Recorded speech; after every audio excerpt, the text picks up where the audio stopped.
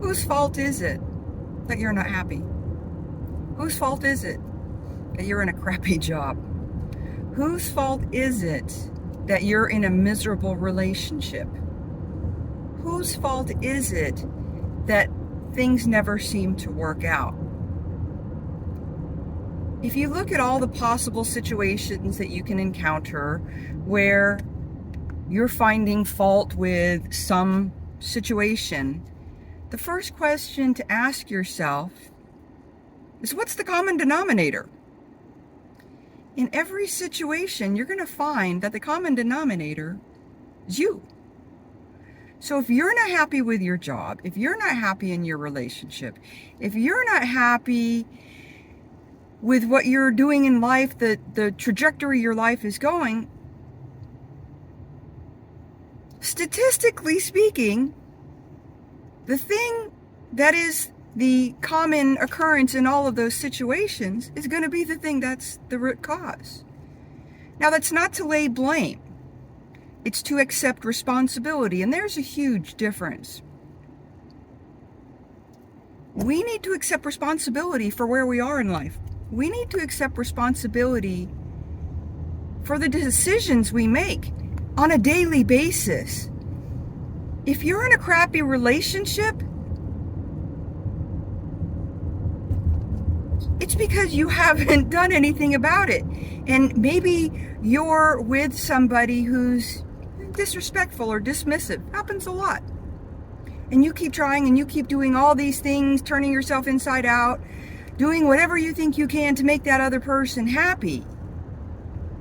But maybe you can't make that person happy. And maybe at some point you have to realize, I'm not happy. This person can't make me happy. It's up to me to find out how to make me happy. And you might have to leave that relationship. I don't believe in sticking around to be a human punching bag. A lot of people think that if they just stick it out, if they just try harder, if they just love this person a little bit more, if they just do something, it'll work out.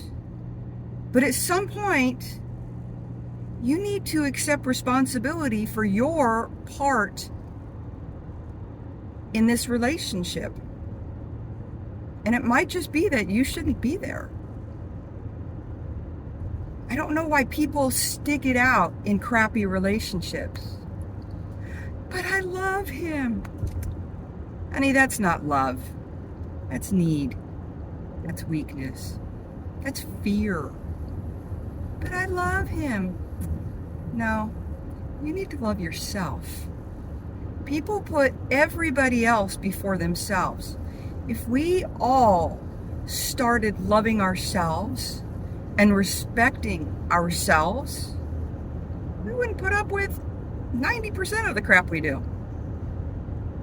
But it's because you're trying to get something that's missing in your life. There's a hole somewhere in your soul, and you're trying to get someone else to fill it. And it can never work. Because if someone can give you something that fills that hole, they can also take it away. And you need to have some bulletproof backbone. You need to have something that's going to be substantial that no one can take away. And the only way to get that is to give it to yourself. So instead of blaming everybody else, my husband sucks, my wife's a bitch, my boss is an asshole, my friends suck. What happens if you looked at your part in all of that? Maybe I've been a complaining wife. Maybe I haven't been doing all I can do at work. Maybe I haven't been as good of a friend as I've been wanting from my friends. See, the problem is everybody looks outside of themselves. It's your fault, it's her fault. He did that, she did that, he's wrong, she's stupid, whatever. How about if you start looking in the mirror and figure out what your part of all of this is. And it's really difficult to criticize, to self-critique, and to say, yeah, probably I could be a better girlfriend. Probably I could be a better mother. Yeah, probably I could be a better wife. Yeah, probably I could be a better employee. And once you start looking at yourself and fixing all of the things where you're lacking, it's not to blame. It's just accepting responsibility for who you are. We need to get out of this blame game mindset and start accepting responsibility for everything that we're creating in our life. And once you do that, you will find incredible power, because you have control over everything, almost everything. You can control everything about you, everything that you do, everything you think. You can't control what other people do, but you can control how you respond to it. I remember one time, a long time ago, I was in a relatively new relationship. It had been maybe 6 months or so. Can't quite remember. But my boyfriend said to me, "You're a bitch." Wow. And he was right. That was a smack upside the head for me, because I had been raised by a mother who was very bitchy, very complaining. Nothing was ever good enough for her. Nothing ever pleased her. There was nothing you could do to satisfy her. And like most people do, those behaviors, those ways of being and thinking are imprinted on us, and we regurgitate them in our lives. And at that moment, I just had a flash of clarity, and I thought, holy crap, he's right. I am a bitch.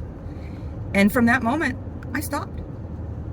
I became the version of myself that I wanted to be, because I didn't want to be a bitch.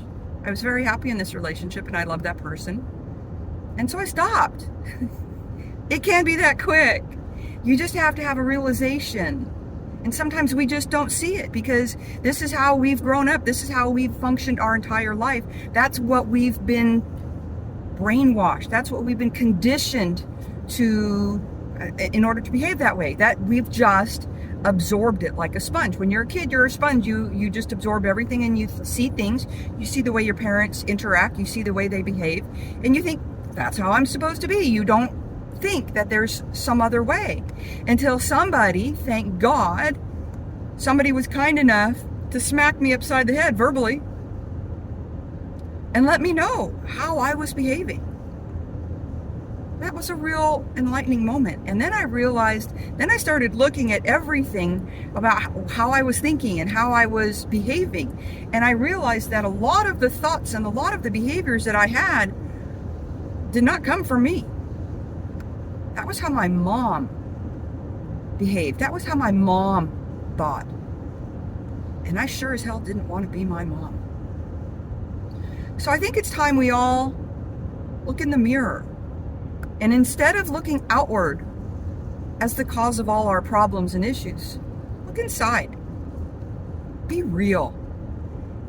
Be honest enough with yourself to accept responsibility for the situations that your thoughts and your behaviors create. There's a lot of people fighting and arguing because we're really not being ourselves. Like I was being my mom. And I know so many people that function from the past. You function from a place of who you were surrounded by when you grew up, and how you saw things as you grew up, and how you were treated growing up. And we need to realize that that's not who you are. That's just how you were brought up. Totally different things. You are not that person. And if you take the time to step back from everything that you've been conditioned and brainwashed to believe and think, you might find a whole new person inside of you. The real you. Not the conditioned, program, imprinted you. not the fearful child, not the child who didn't get the love and the care and concern they needed, not the child who wasn't validated, not the child who felt worthless, but the person who's ready to step up as an adult and say, yeah, I kind of got a raw deal growing up. Because you can't change what happened. It's done. But what you can change is what you do and how you think and how you behave moving forward. So get that mirror out. Take a look and just say, is this really the person that I am? Is this who I want to be? Or am I just a reflection of how I was raised? Because listen, your parents did the best they could do, but we can do a whole lot better. Do better.